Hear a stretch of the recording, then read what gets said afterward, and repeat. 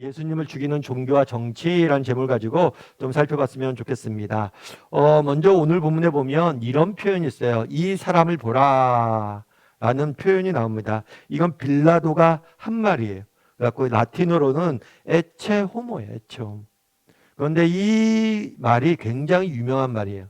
그리고 서양 미술사 중에서 가장 많이 성경에서 그려진 그림의 장면, 그러면 이것이 오늘 본문에 등장하는 이 장면이에요.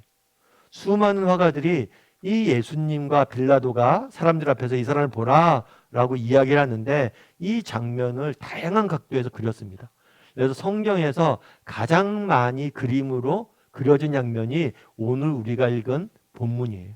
그렇다면 수많은 화가들이 도대체 오늘 본문에서 무엇을 보았기 때문에 그렇게 그리고 싶어 했을까? 그런 의문이 우리가 들 수가 있겠죠.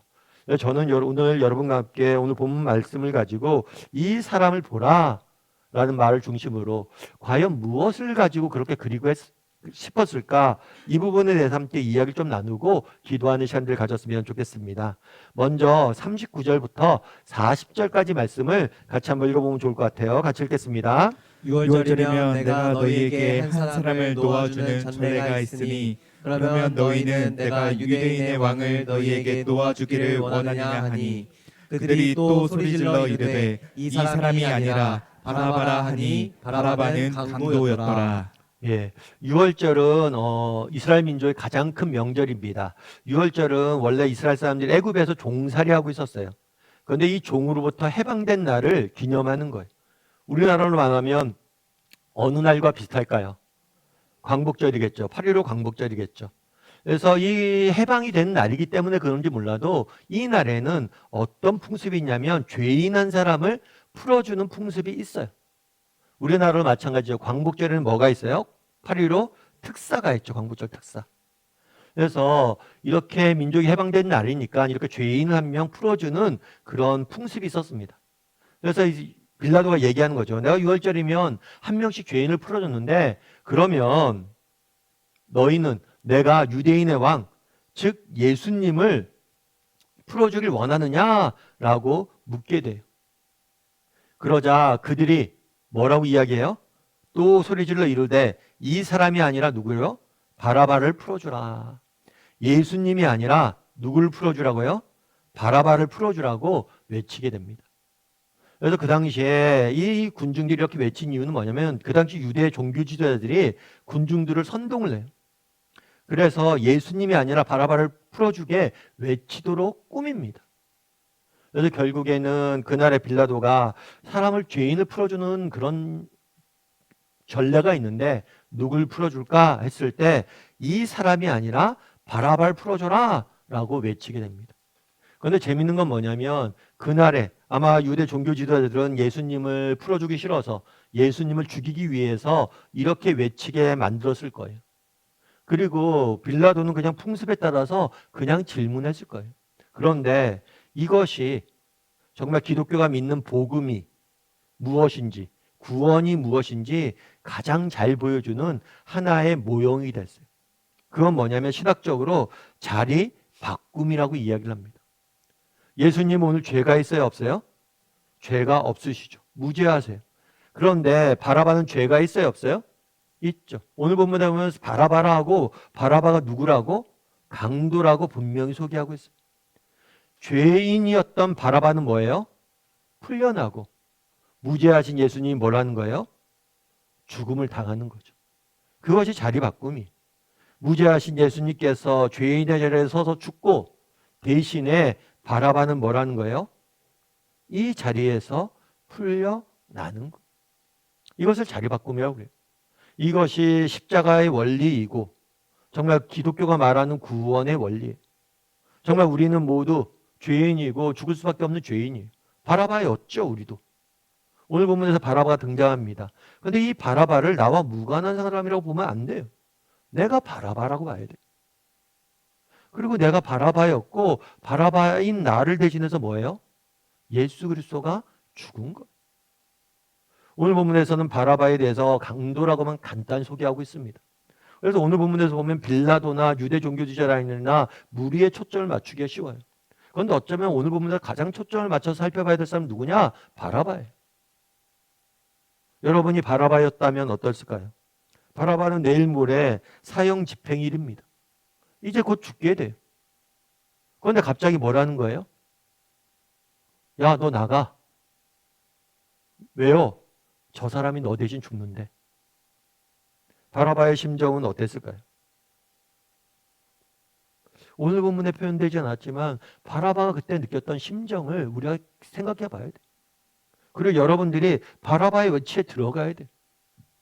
아, 내가 내일 죽을 수밖에 없는 사람이 내일이 사형 집행일이. 그런데 오늘 풀려난 거예요. 이것이 얼마나 놀라운 일이고 감격스러운 일인지 우리가 알아야 돼. 여러분, 아우슈비츠 수용소라는 데를 아마 들어보셨을 거예요. 2차 세계대전 당시에 나치가 전 유럽을 지배하게 됩니다. 전쟁을 일으켜서. 특별히 폴란드에 많은 침공을 내서 폴란드 사람들을 엄청 죽여요. 그 폴란드 지역에 있었던 가장 혹독한 수용소가 뭐냐면 아우슈비츠 수용소였어요. 여기에는 유대인뿐만 아니라 폴란드 사람들, 나치에 반대한 수많은 정치범들이 잡혀서 죽음을 당하겠어요. 그런데 이 수용소에서는 독특한 저게 있어요. 규율이 있어요. 그건 뭐냐면 수용소를 통제를 해야 되잖아요. 그건 뭐라냐면 한 명이 탈출을 해요. 그러면 어떻게 하냐면 10명을 죽여요. 그래서 한 번은 실제로 누가 탈출을 한 거예요. 그러니까 그 방에 같이 있었던 10명을 죽이는 거예요. 무작위로 뽑아서. 무작위로 뽑아서 죽이는데 한 사람이 딱 이름이 불렸어요. 무작위로 뽑힌 거죠. 제비뽑기를 해서. 근데 그 사람이 외치는 거예요. 저는 아내와 아들이 있습니다. 전 죽으면 안 됩니다. 라고 외쳐요. 그랬을 때 그 뒤에 있었던 콜베 신부라는 신부님이 와요. 그리고 얘기하는 거예요. 저 사람을 대신해서 나를 죽이라고. 저 사람은 아내와 아들이 있다고. 근데 나는 없다고. 그래서 결국엔 콜베 신부가 대신 죽음을 당합니다. 그럼 여러분이라면, 여러분이 콜베 신부라면 그렇게 할 수 있어요? 나와 모르는 사람, 나와 무관한 사람, 그 사람의 형편이 안타깝다고 그 사람을 대신해 죽을 수 있냐는 거. 사실 이건 역사적으로 일어난 일이거든요. 그래서 우리가 보기에는 대단한 일이다 생각할 수 있지만 여러분 정직히 한번 돌아보면 이거 쉬운 일이 아니에요. 오늘 본문에 보면 되게 짧게 되어 있습니다. 바랄바를 풀어주고 예수님이 죽으셨다. 우리는 그냥 넘어갈 수 있어요. 하지만 우리가 대입을 해야 됩니다. 내가 바라바였다며, 내가 콜베 신부였다며, 그리고 콜베 신부가 죽고 대신 살아난 죄인이었다면 내가. 여러분, 그날에 사람들은 바라바를 대신 풀어달라고 이야기하고 바라바가 풀려났습니다. 그것이 복음의 핵심이에요. 자리 바꿈이. 정말 우리의 문제는 무엇입니까? 이것을 너무 쉽게 받아들인다는 것. 바라기는 정말 오늘 한번 우리가 고난주간인데 묵상해 봤으면 좋겠어요. 예수님이 내 대신해서 죽으셨다. 이것이 무슨 의미인지. 여러분이 바라바였다면 그때 어떤 심정이 들었을지 한번 돌아봤으면 좋겠어요. 그래서 다시 한번 고난주간을 맞이해서 우리를 향한 하나님의 사랑에 대해서 다시 한번 깊이 묵상하고 알아갈 수 있는 시간이 되기를 주님의 이름으로 소원합니다. 우리 옆 사람에게 인사했으면 좋겠습니다. 우리가 바라바였습니다. 우리가 바라바였습니다. 예수님이 당신을 대신해서 죽으셨습니다. 예수님이 당신을 대신해서 죽으셨습니다. 복음이 3인칭이 아니라 1인칭으로 우리에게 다시 한번 다가오는 시간이 되길 원합니다. 그리고 오늘 보면 4절부터 5절까지 말씀을 같이 한번 읽어보면 좋을 것 같습니다. 같이 읽도록 하겠습니다. 빌라도가 다시 밖에 나가 말하되 보라 이 사람을 데리고 너희에게 나오나니 이는 내가 그에게서 아무 죄도 찾지 못한 것을 너희로 알게 하려 함이로라 하더라. 이에 예수께서 가시관을 쓰고 자색옷을 입고 나오시니 빌라도가 그들에게 말하되 보라 이 사람이로다 하매. 예, 뭐라고 되어 있냐면 빌라도가 밖으로 나갑니다. 밖으로 나간 다음에 뭐라고 얘기하냐면 보라 이 사람을 데리고 이렇게 이야기하면서 이게 그 유명한 말이에요. 이 사람을 보라. 서두에서 이야기했다. 빌라도가 예수님을 데리고 군중들에게 보여줘요. 그런데 그때 예수님이 뭘 했다고 그랬어요? 가시관을 쓰고 자색옷을 입고 나왔다. 예수님께서 재판을 받습니다. 재판을 받는 도중에 어떤 게 있냐면 재판을 받는 도중에 예수님께서 로마 군인에 의해서 채찍질을 당하게 돼요. 그 당시에는 로마 군인들이 이렇게 십자가형을 받게 될 죄인들을 채찍질하고 먼저 때리는 경우들이 많습니다. 근데 특별히 이 채찍질은 우리가 알고 있는 그런 노끈이나 이런 걸로 돼 있지 않아요. 로마의 채찍은 이 노끈 안에 철이, 쇠가 박혀 있어요. 그래서 이 채찍질을 당하면 살점이 뜯어져 나간대요. 그래서 실제로 이 채찍질을 하다가 그러니까 십자가에 달리기 전에 채찍질을 맞아 죽은 사람들이 많대요. 그래서 로마 군인들에게 데려가서 실컷 뭘 한 거예요? 채찍질을 한 거예요. 그리고 머리엔 가시관을 쓰이고 옷은 자색옷을 입히고, 가시관을 쓴 건 뭐냐면 유대인의 왕이라고 고발됐잖아요. 그러니까 조롱한 거죠. 진짜 왕관 대신 가시관을 씌워서 그 가시관 때문에 머리에서는 피가 줄줄 흐르고, 자색옷은 왕이 입는 옷이에요. 정말 네가 유대인의 왕이라며? 그러면 정말 그런 유대인의 왕이 왜 이렇게 힘없이 죽어가? 그래서 십자가의 고통은 두 가지 측면이 있어요. 하나는 뭐냐면 십자가형은 육체적으로 굉장히 고통스럽습니다. 뿐만 아니라 정신적으로 큰 모욕을 주는 사형법이에요. 그래서 그만큼 무서운 사형법입니다. 그래서 예수님을 죽을 만큼 때리고 온갖 조롱을 다하고 피가 뚝뚝 흐르는 예수님의 모습을, 그런 예수님을 군중들 앞에 데려온 거예요. 그럼 왜 군중들 앞에서 데려와서 이 사람을 보라고 했을까요? 어쩌면 그런 거죠. 야, 너희들 이 사람이 정말 싫어? 이 사람이 정말 싫은데 내가 그래서 이 사람을 이렇게 때리고 이 사람에게 이렇게 모욕을 주고 이 사람을 이렇게 했으니까, 이미 죽기 직전이니까 너희들 뭐예요? 풀어주지 않을래? 라고 군중들의 의견을 묻는 거예요. 그럼 왜 이렇게 했을까요? 이렇게 얘기해요. 이는 내가 그에게서 아무 죄도 찾지 못한 것을 너희가 알게 하려 함이로다. 내가 생각해 보니까 이 사람 죄가 없어. 죄가 없는데 내가 이만큼 때렸거든? 이 사람 이제 죽기 직전이거든? 이 정도 하면 됐지. 풀어주면 어때? 라고 물은 거예요. 그러자 사람들은 어떤 반응을 보였을까요? 6절 같이 한번 읽어볼까요? 대제사장들과 아랫사람들이 예수를 보고 소리질러 소리질러 이르되 이르되 십자가에 못 박으소서, 십자가에 못 박으소서 하는지라. 빌라도가 이르되 너희가 친히 데려다가 십자가에 못 박으라. 나는 그에게서 죄를 찾지 못하였노라. 계속해서 뭐라고 하냐면, 아니다, 죽여달라. 그냥 그 정도로 우리 만족 못합니다. 그 사람을 죽여주십시오. 그러니까 인간이 정말 잔인한 거죠. 정말 잔인한 거죠. 잔인하게 아니다, 우리는 끝까지 피를 봐야겠다 라고 이야기를 해요. 그런데 빌라도는 또 뭐라고 그래요? 나는 그에게서 죄를 찾지 못하겠다라고 이야기를 해요. 그런데서 오늘 본문에 보면 이런 이야기를 쭉 들여다보면 가끔 그런 얘기를 해요. 목사님 빌라도가 조금 그래도 불쌍한 거 아니에요? 빌라도는 예수님을 죽이고 싶은 마음이 없었잖아요. 그런데 군중 때문에 어쩔 수 없이 죽일 수밖에 없었던 것 아니에요? 이렇게 이야기할 수 있겠죠. 어떻게 보면 빌라도는 예수님이 죄 없는 걸 알았고 살리려고 노력하는 것처럼 보이기 때문이에요. 물론 빌라도는 예수님이 죄 없는 걸 알았습니다. 그리고 웬만하면 예수님을 살리고 싶었을지 몰라요. 그럼에도 불구하고 우리가 알다시피 빌라도는 어떻게 했으면 결국에 예수님을 뭐 했어요? 십자가에 못 박은 거예요. 다르게 말하면 빌라도는 두 개의 소리를 듣고 있었어요. 한 개의 소리는 무엇입니까? 내면의 소리죠. 내면의 소리는 뭐예요? 그는 무죄하다. 그러면 또 한 개의 소리는 뭐예요? 외면의 소리죠. 뭐예요? 십자가에 못 박으소서. 이 두 개의 소리를 계속해서 듣고 있었고 결국엔 뭘 선택한 거예요? 외면의 소리를 선택한 거예요. 그 이유는 뭐예요? 정치적 이익 때문이죠.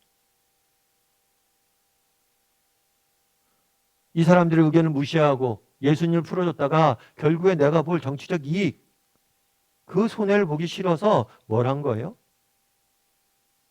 죽게 한 거예요. 그런데 우리도 마찬가지로 한 거죠. 여러분, 우리가 앞서도 얘기했지만 성경을 읽을 때 3인칭으로 보면 성경이 잘 안 보여요. 1인칭으로 봐야 돼요. 여러분, 우리가 빌라도입니다. 그런데 우리도 늘 두 개의 소리를 듣지 않나요?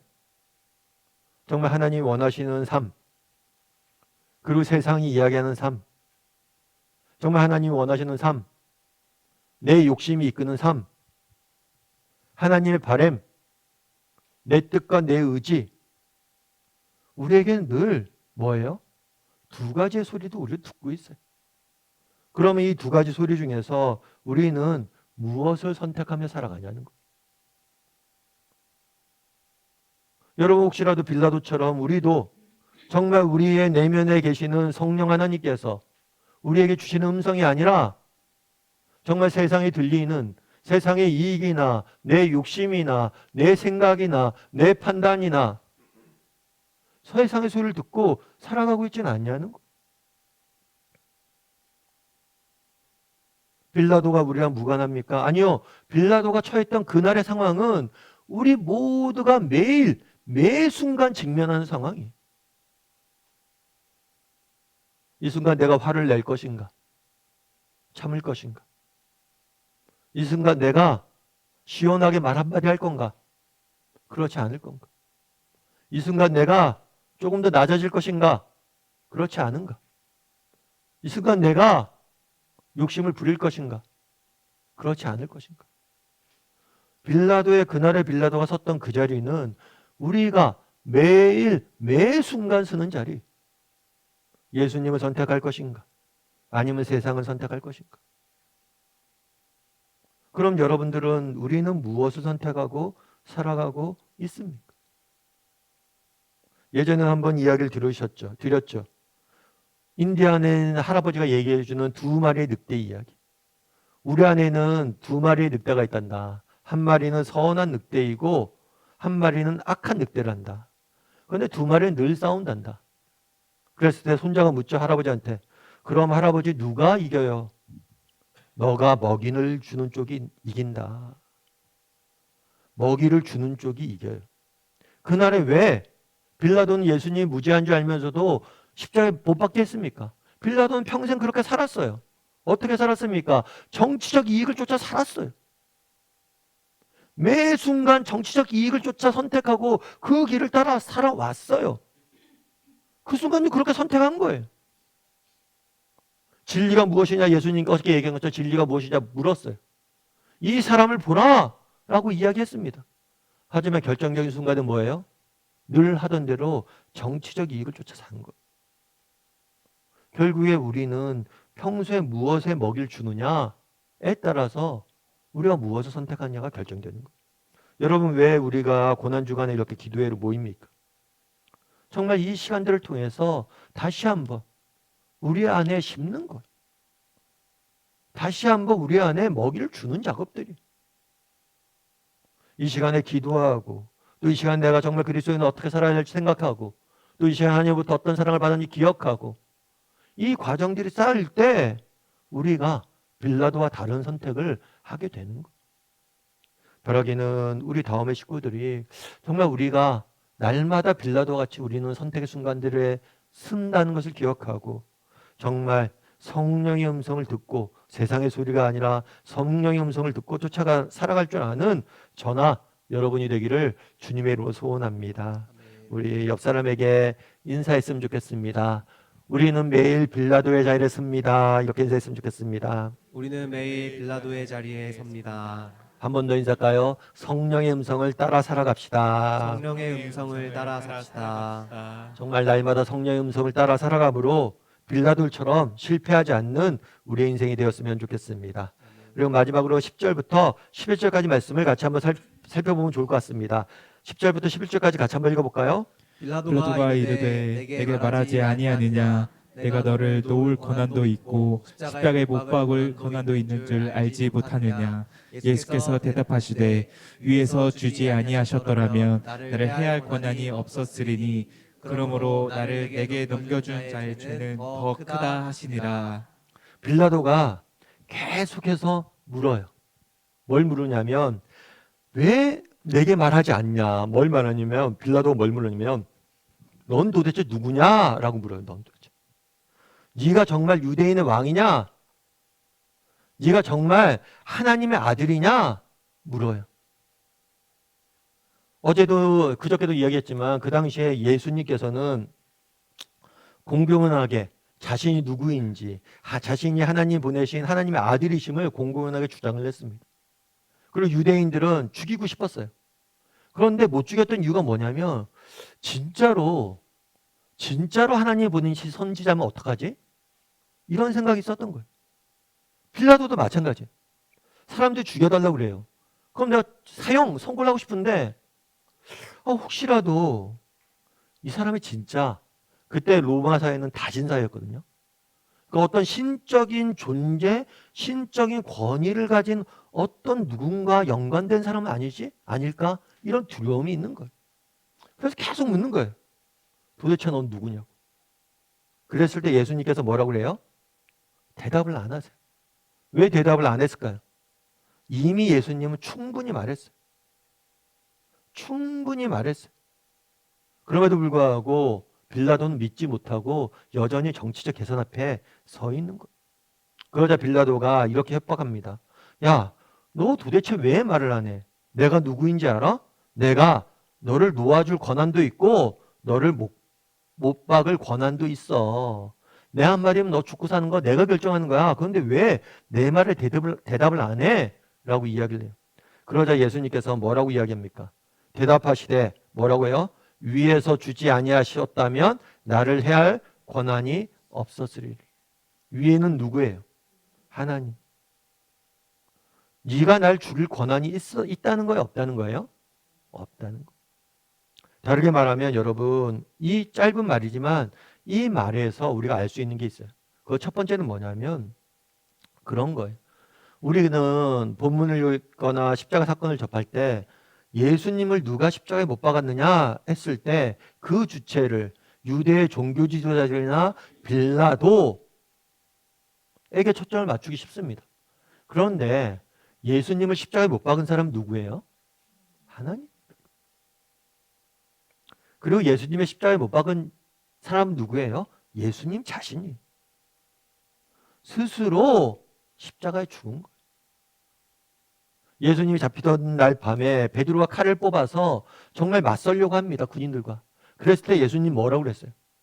지금 당장이라도 천군 천사를 보내서 이 사람들 내가 제압할 수 없을 줄 아느냐라고 이야기를 해요. 정말 예수님이 힘이 없어서 죽은 게 아니에요. 왜 죽은 거예요? 하나님의 선한 구원 계획을 이루기 위해서 스스로 십자가에 못 박혀 죽으신 거예요. 누가 죽인 게 아니라 스스로 길을 가신 거예요.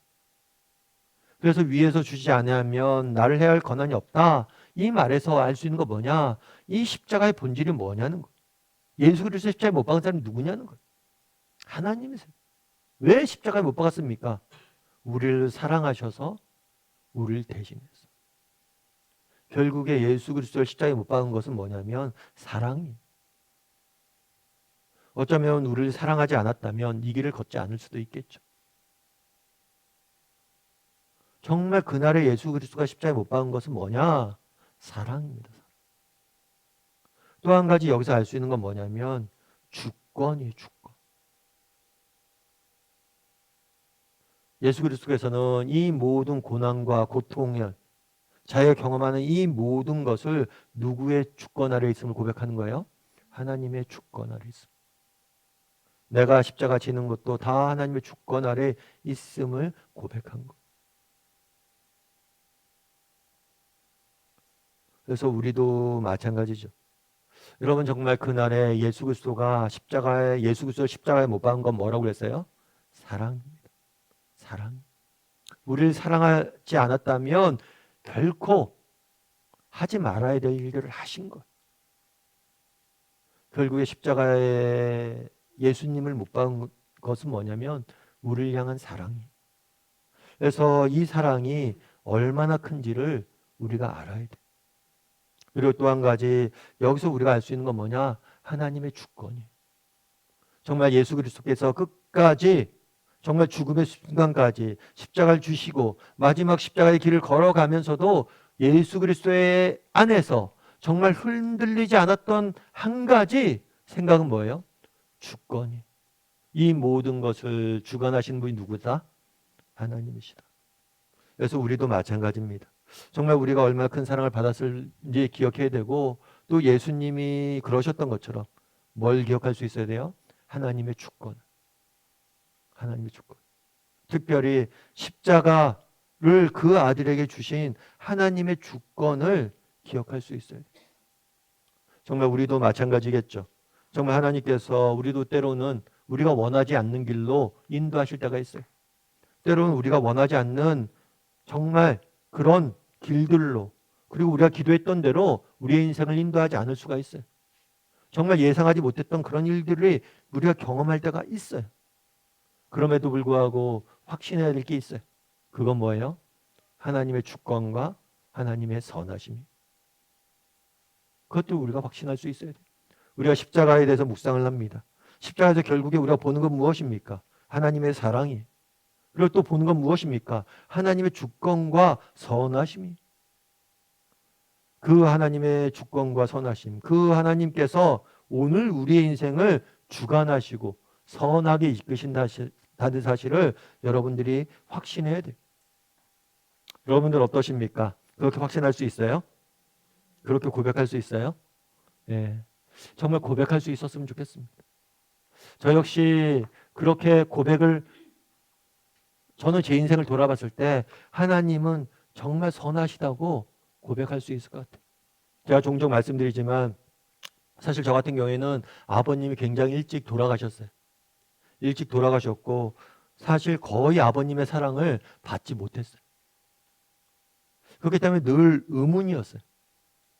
왜 하나님께서 내게 우리 가정에 이렇게 아버님을 일찍 데려가셨는가? 그런데 그 부분에 대해서 모든 것을 내가 해답을 찾은 것은 아닙니다.